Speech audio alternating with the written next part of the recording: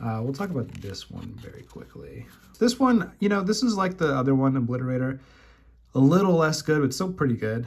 We'll see how it goes. I mean, I don't have that high of hopes for it. I actually think it might even somehow still be overhyped. I'm not sure though. We'll see. I picked this up for like $3.70, I want to say it was, maybe like $4. Doesn't seem like a horrible deal for this card. It could go down a little bit more, could kind of flop, but we'll see. I mean, it's really good when it's in play and you're trying to deal with it in combat, and in any fashion really in combat, you're just kind of screwed against this thing. So we'll see. You know, mana's going to get worse again when standard rotates, and mono white will probably be pretty good. I mean, there's a lot of pieces for it now. I mean, the only concern is like Sarah Paragon is a really good 4-drop. I feel like there's another one I'm missing that's good in white. I can't think right now, but it has some competition, but we'll see. I could see this being a good mono white card in standard, or having some kind of potential. You know, Obliterator was a popular, or rather a high value card for a while. This, you know, we'll see. We'll just have to see. This card I think is good. I think people are figuring out this card is good.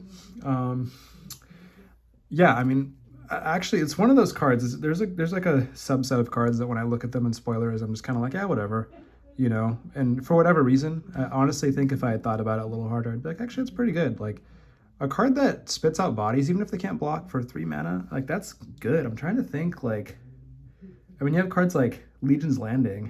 You have to work to get it there. Like, it's not, I can't think of much that's a land that just spits out bodies for 3 mana with no real drawback. Other than the bodies not being like the best since they can't block, but still.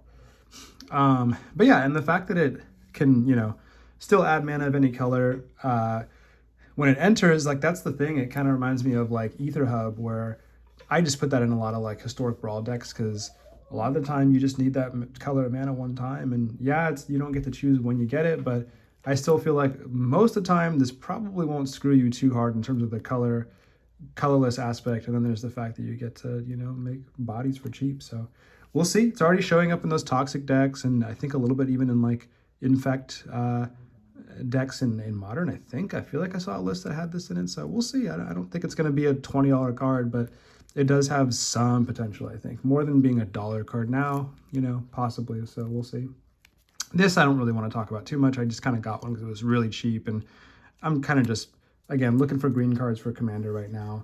Not that this is an OP card, but it's good enough to put in a Commander deck, and, you know, I felt like, why not? So, you know, I appreciate when vendors do cute things like this. I like this. I'm gonna keep this. I'm gonna put it somewhere. I'll find somewhere nice to put it, because I appreciate the little, looks like a Ditto from Pokemon. Looks like a Ditto, but yeah, it's cute. I like it. Yeah, this I just bought. Cheap, good Commander green card. Probably going to put it in a Commander deck. You know, great. Nothing too special. I think I got it foil, because I like foil, as I've said many times. Yeah, I got this one, I think for like $4. We'll see with this card. I mean, I think this card's good. I think it's another one that's kind of underappreciated right now. I've played with it a bit. It's a good card. I mean, just ticking down to kill something, or kill an artifact or enchantment, but you know, especially in Commander, I mean, you could be getting value. I gotta say, I don't really play Commander that much, so I might say something's good in Commander, and I could be totally wrong because I don't know the format that well. But from what I understand of the format, there's a lot of great artifacts and enchantments, and being able to kill 1 per turn seems pretty good to me. I mean, I don't know. We'll see. 5 mana if you want to get it out for cheap. I mean, could just be a 7 mana, kill somebody. You know, I mean, I think this card's pretty good. So we'll see how it goes. But, you know, I liked it at $4. It is mythic. So, you know, there's a little more scarcity going for it than, say, the original Nissa, which was rare. That goes for $4 or $5. And that's a great card. But, you know, we'll see. We'll see how this one goes. So anyway, I think that's it. I think we did it. Yeah, I mean, thanks for checking it out and seeing what I'm buying. A lot of stuff I just needed, a lot of Phyrexia stuff that I'm picking up. Well, I think it's probably at the lowest it'll be for a long time, or if ever. Random reserve list stuff.